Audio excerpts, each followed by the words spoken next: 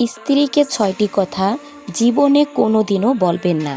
Number 1, তোমার বাবা মা ভালো না অথবা তাদের গালমন্দ করা। নাম্বার 2, তোমাকে বিয়ে করে ভুল করেছি। নাম্বার 3, আমি কত টাকা ইনকাম করি তুমি জানো। এভাবে উপার্জনের অহংকার করা। নাম্বার 4, যেমন ছোটোখাটো কারণে মুখের ওপর বলে দেওয়া যে তোমাকে আর আমার ভালো লাগে না। নাম্বার 5, স্ত্রীর খাবার নিয়ে খোঁটা দেওয়া বা তাকে বিদ্রূপ করে কথা বলা। নাম্বার 6, স্ত্রীর সামনে কান্না করা। স্ত্রীর সামনে কান্না করলে আপনার দুর্বলতাকে সে পুঁজি করে আপনাকে আবারও আঘাত করতে পারে। মানুষের স্বার্থ পূরণ হয়ে গেলে হঠাৎ করে আবারও সে বদলে যায়। গোপনে যে দান করে সেই দাতা। যে দান করার সময় ফটো তোলে সে তো বিজ্ঞাপনদাতা। পরিবারের সেই মানুষটাই একদিন হয়ে যায় দোষী যে নিজের ভোগবিলাস ত্যাগ করে সবাইকে করেছিল খুশি। প্রয়োজন ফুরিয়ে গেলে পথটাও যেন অচেনা হয়ে যায়। আপনার পথই যে আপনাকে কাঁটা বিছিয়ে দেবে। কিছু মানুষ শরীর খারাপে নয়, অন্যের ভালো দেখলেও অসুস্থ হয়ে পড়ে। তুমি যেদিন একা থাকতে থাকতে ভালো থাকার কারণটা খুঁজে যাবে সেদিন থেকেই আর কেউ তোমাকে খারাপ রাখতে পারবে না। ভুল ট্রেনে যদি কখনো উঠেই পড়ো তবে পরের স্টেশনে নেমে যাও, কারণ যত দূরে যাবে তোমার ফেরার কষ্টটাও ততটাই বেশি হবে। আপন মানুষ বলতে আসলে কিছুই নেই। আপনি যতটা সফল ঠিক ততটাই হবে আপনার আপন মানুষের পরিধি। তার কাছে কখনো সময়ের প্রত্যাশা করা উচিত নয়, যার কাছে তোমার জন্য ব্যস্ততার অজুহাত সবসময় প্রস্তুত থাকে। ভালোবাসা আর সময় চেয়ে নিতে নেই, এ তো উপহারে পাওয়া জিনিস। ভালো তাকেই বেশো যে বন্ধু তোমার দুর্বলতার জায়গাগুলো জানার পরও তোমাকে আঘাত করে না। কখনো কখনো ঠোঁট হাসলেও মন কিন্তু হাসতে পারে না। অভিনয়টা নিজের সাথে মনের সাথে চলে না। পৃথিবীতে স্বার্থ ছাড়া কিচ্ছু নেই। ঠিক যেমন জ্যোৎস্নার স্বার্থে মানুষ চাঁদকে অনেক বেশি ভালোবাসে। অন্যের কথা শোনা মাত্রই উত্তেজিত হইও না, আগে তার কথাটির সত্যতা যাচাই করো। আসলে আমরা ভালো নেই, ভালো থাকার নাটক করি। হাসিটা তবুও ঠোঁটে লেগেই থাকে যখন ভেতরে গুমড়ে মরি। চকচক করিলেই কখনো শোনা হয় না। তেমনি দামি দামি পোশাক আর কথায় কথায় ইংরেজি বললেই ভালো মানুষ হওয়া যায় না। ক্ষমা তাকেই করো যে অজান্তে ভুল করে, তাকে কখনো ক্ষমা করো না যে জেনে বুঝে বেইমানি করে। চরিত্র এমন রাখো যাতে রাস্তা দিয়ে বাড়ি ফেরা মেয়েটা তোমাকে দেখে ভরসা পায়, ভয় না। সম্পর্ক ভেঙে গেলেও দুটি জিনিস থাকে, মায়া আর অনুভূতি। যেখানে অধিকার অস্তিত্বহীন সেখানে অভিমান করা নিতান্তই বোকামি। ছোট্ট একটা মিথ্যার জন্য অনেক বড় বিশ্বাস ভেঙে যায়। আমি বললাম প্রিয় জিনিসটা পেলাম না। সৃষ্টিকর্তা বললেন তুমি হয়তো এমন জিনিস পছন্দ করেছ যা তোমার জন্য অকল্যাণকর হতে পারে।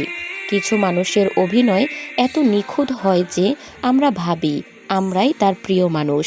বিশ্বাসঘাতকতা, গালাগালি না করে তাকে ধন্যবাদ দিন, কারণ যে আপনাকে মানুষ চিনতে শিখিয়েছে। মানুষ এত বড় রহস্যময়, সারাক্ষণ ভালোবাসলেও তা বুঝতে পারে না, কিন্তু একটু অবহেলা করলে সে ঠিকই বুঝতে পারে। মানুষ হঠাৎ করে হারিয়ে যায় না, দূরত্ব বাড়তেই ধীরে ধীরে জীবন থেকে সে সরে যায়। মনে মনে কারো কল্পনা কখনো অন্যকে জানানো উচিত না, জানলেই ঝগড়া বিবাদ শুরু হয়ে যাবে। আপনার কল্পনার থেকেও ভালো কিছু সৃষ্টিকর্তা আপনাকে অবশ্যই দেবেন, শুধু বিশ্বাস আর ধৈর্য রাখুন। বছরের পর বছর একটা সংসারে বউ হয়ে থাকার পরেও অনেক নারী বলতে পারে না যে এই সংসারটা আমার। অহংকার তারাই করে যারা বিনা পরিশ্রমে সব কিছু পায়। যিনি নিজের পরিশ্রমে সাফল্য অর্জন করেন তিনি অন্যের পরিশ্রমকে কখনো অসম্মান করতে পারেন না। ডিভোর্সি নারী মানে এই নয় যে সংসার জীবন মানিয়ে নিতে সে ব্যর্থ হয়েছে। এমনও হতে পারে যে সে একজন ব্যর্থ পুরুষের হাত থেকে মুক্তি পেয়েছে। তুমি অসংখ্য ভাষায় বিশেষজ্ঞ হতে পারো, কিন্তু তুমি যদি কারোর নীরবতার ভাষা বুঝতেই না পারো তাহলে তুমি তার কাছে পরাজিত হবে। মানুষকে আপন করে রাখা মানে পৃথিবীর সবচাইতে বেশি কঠিন কাজ। একটা সময়ের পর নিজের ভেতরের কথাগুলো আর কাউকে বলতে ইচ্ছা করবে না। জীবনের সঠিক মানুষ আসার জন্য ভুল মানুষগুলো ছেড়ে যাওয়ার প্রয়োজন আছে। ঘড়ি খারাপ হয়ে গেলে সেটা ঠিক করার লোক তুমি অনেক পাবে, কিন্তু সময় খারাপ হলে সেটাকে ঠিক তোমার নিজেকেই করতে হবে। ব্যর্থতা কখনো আপনাকে টপকে যেতে পারবে না, যদি আপনার মধ্যে সফল হওয়ার জন্য যথেষ্ট মনের জোর থাকে। আমরা সেই মানুষটাকে বেশি পছন্দ করি যেটা পাওয়ার প্রায় অসম্ভব। কাউকে ভালোবাসলে এতটাই ভালোবেসো যেন সে কষ্ট পেলে প্রথমে তোমাকেই মনে করে। একটা বয়সের পর অনুভূতির চেয়ে আত্মসম্মানকে বেশি গুরুত্ব দেওয়া উচিত।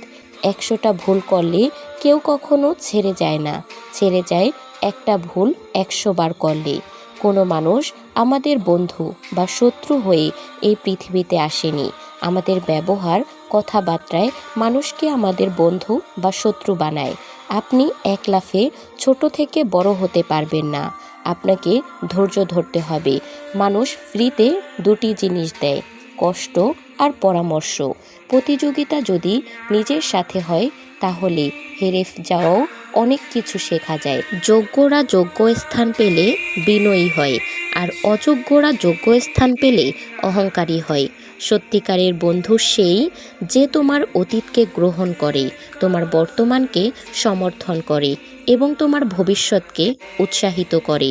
ভালো থাকাটা নিজেই তৈরি করে নিতে হয়, আর যদি অন্য কেউ ভালো থাকতে অনুপ্রাণিত করে তাহলে সেটা সৌভাগ্যের কথা।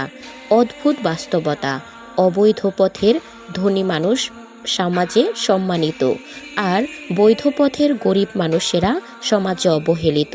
এই 4টি লক্ষণ দেখলে বুঝে নেবেন আপনার খুব কাছের মানুষই আপনার অজান্তে আপনাকে হিংসা করে।